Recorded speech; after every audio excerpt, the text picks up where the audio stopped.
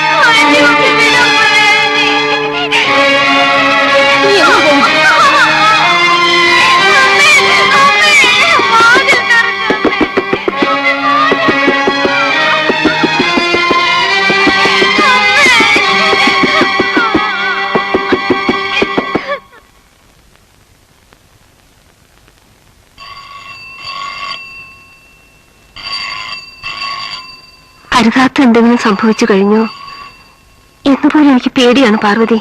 ശേ, അങ്ങനെയൊന്നും ഉണ്ടാവില്ല. ഒരു പ്രാവശ്യം അവൾ അയാളുടെ സ്ഥലത്ത് പോയിട്ടുണ്ട്. ആ, അവളും വാശിക്കാരിയാ. എന്റെ ലൈഫ് നശിപ്പിച്ച മനുഷ്യൻ എന്റെ മോളുടെയും ലൈഫ് കശക്കിയെറിയാൻ തുടങ്ങുകയെന്ന് പറഞ്ഞാൽ എല്ലാം മോളോട് പറഞ്ഞാലോ? പറയരുത്.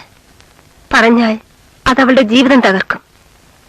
ഇപ്പോഴവൾക്ക് ചൂണ്ടിക്കാണിക്കാൻ ഒരു അച്ഛനില്ലെന്നേ ഉള്ളൂ. ജന്മം കൊടുത്തിട്ട് ഓടിപ്പോയ ഒരച്ഛൻ.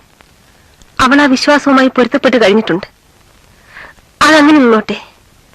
ഇത് വലുത് അവൾ അറിഞ്ഞാൽ, എങ്ങനെയെങ്കിലും അവളിൽ നിന്നത് പുറത്തു പോയാൽ ലോകത്തിന്റെ മുന്നിൽ അവളുടെ വിലയിടിയും.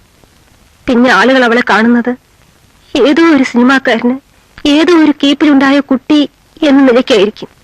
അതവളുടെ മനസ്സ് തകർക്കും, ഭാവി തകർക്കും.